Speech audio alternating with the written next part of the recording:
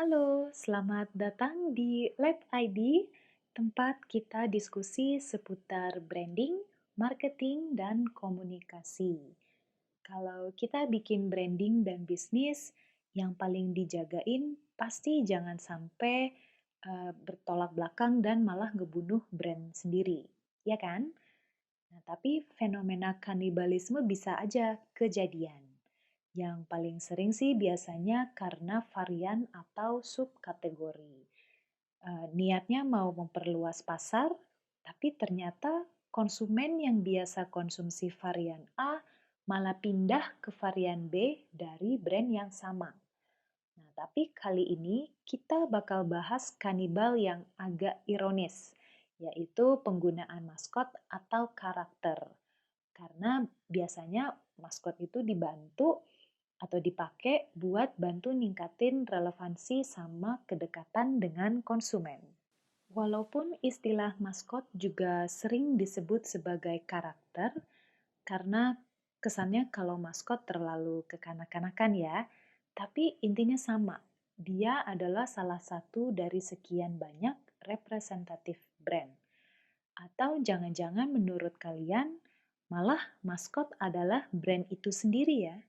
Terlepas dari isu obesitas, kita coba lihat di McDonald's dan hubungannya sama Ronald McDonald si maskot. Branding McDonald's seputar menginspirasi rasa bahagia karena positioningnya itu sebagai tempat yang penuh kebahagiaan atau the happy place. Dan si badut Ronald ini adalah maskotnya. Nah, karena semua orang dan entitas itu pasti punya branding, kira-kira branding Ronald ini apa ya? Sama kayak McDonald's atau beda? Karena kalau beda, berarti kita harus ngemarketingin atau mengenalkan dua hal yang beda ke konsumen. Satu adalah brand McDonald dan satu lagi adalah brandnya Ronald si Badut. Mungkin ini yang suka sedikit saru buat para brand manager bahwa kalau bikin maskot, harapannya hanya buat bantu produk atau jasanya jadi lebih laku, terus disenengin sama konsumen. Betul juga sih, karena udah cukup terbukti kalau penggunaan karakter itu bisa naikin relevansi dan bangun asosiasi positif ke brand sama produk yang dijual. Tapi yang sering kelupaan, maskot itu punya branding dan personanya sendiri, yang bisa juga beda sama si brand. Karena dia adalah entitas yang jelas-jelas juga beda dan terpisah dari si brand. Nah, jadi sebenarnya dia itu lebih dari sekedar alat bantu marketing. Maskot itu sosok tersendiri yang harus dihidupin, harus dijagain, terus di-maintain, dan dikomunikasiin secara rutin. Tugas seorang brand manager atau brand manager itu bisa dibilang nambah. Nah, kalau cuman sekedar alat bantu marketing aja, ya itu sih namanya influencer ya. Jadi kita bisa aja bayar brand ambassador. Tapi maskot itu hidupnya lumayan nyatu atau lumayan lama dengan si brand, jadi nggak bisa dengan gampang kita bikin dan tengah jalan dibuang aja. Karena jangan-jangan udah segitu nempel banget di persepsi konsumen. Potensi kanibal yang mungkin muncul dari penggunaan maskot itu kalau brandingnya maskot overpower si brand itu sendiri. Alias orang jadi kepincut banget sama maskot, dia mulai lupa si brand ini jualan produk atau jasa apa. Jadi yang dicari si maskot. Dan kalau maskotnya nggak ada, orang jadi nggak terlalu tertarik sama produk. Nah, ini kalau mau dites, coba aja bayangin kalau koalanya Koko Crunch atau macannya Biskuat kita ilangin. Apakah anak-anak masih tertarik sama produknya atau enggak? Di situ ketahuan apakah brand si maskot mengoverpower brand produk. Hal lain yang harus diperhatiin kalau sosok maskotnya berwujud manusia. Kenapa bisa jadi sensitif? Karena manusia itu kritis banget. apalagi di masa sekarang yang semua harus serba inklusif. Jadi harus bisa mewakili beragam orang tanpa terkesan stereotyping. Nah, makanya sosok orang buat jadi maskot itu lebih susah. Bayangin aja bakal banyak suara, misalnya, "Ini maskotnya laki-laki ya?" Padahal kan pembeli juga banyak yang perempuan.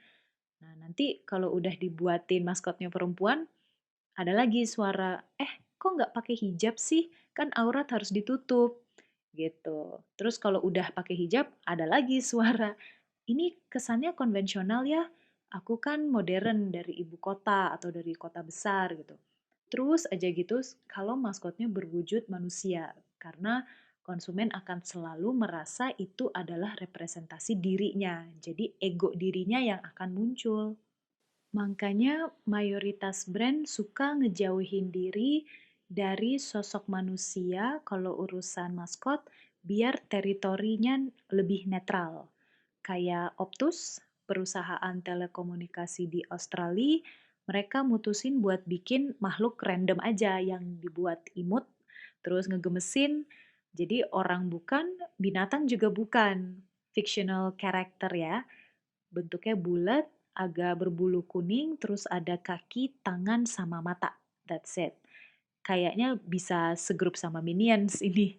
Contoh lain maskot yang dibuat netral, ada ban Michelin yang pakai sosok gempal-gempal putih. Terus di luar negeri, asuransi Geico pakai binatang tokek. Terus M&M malah ngehidupin butiran produk coklatnya buat jadi maskot. Kalau Cheetos pakai binatang cheetah, terus baterai Duracell pakai si kelinci warna pink yang nggak ada matinya tuh. Jadi tips buat temen-temen kalau mutusin pakai maskot buat bantu relevansi brand, yang pertama, sebisa mungkin bikin sosok yang diturunin langsung secara visual dari identitas brand atau dari salah satu elemen logo. Hal ini biar lebih gampang buat ngebangun asosiasinya. Semisal si Tokopedia dengan tas belanja yang mirip burung hantu berwarna hijau. Tips kedua, hindarin ngasih nama maskot yang secara gamblang diiklanin atau dikomunikasiin bareng sama brandnya.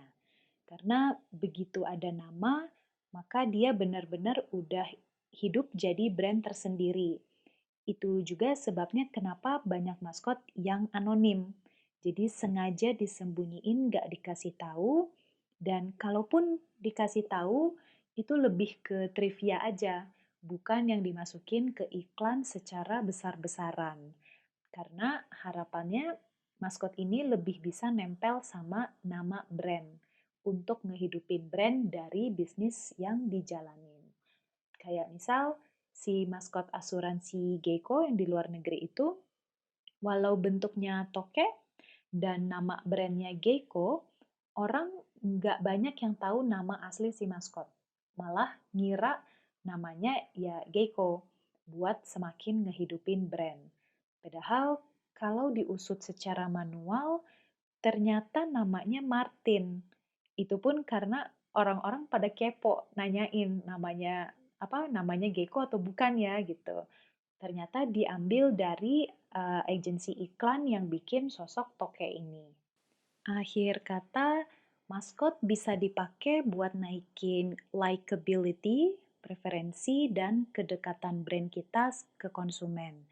Tapi harus di-maintain secara hati-hati dengan panduan yang sejelas mungkin tentang kapan dia boleh muncul dan kalau muncul do's and don'ts-nya apa. Karena jangan lupa kalau yang teman-teman bangun itu bukan branding si maskot, melainkan branding dari bisnis yang kalian jalanin. Jangan sampai kekecoh GNT Express jualan si cepat bukan delivery, atau misalnya McDonald's jualan si badut, bukan burgernya. Ikutin terus diskusi lain seputar branding, marketing, dan komunikasi di YouTube dan podcast Lab ID. Berikutnya ada gelombang hijrah dari beberapa brand. Bakalan long lasting gak ya ini trennya kira-kira? Stay tuned!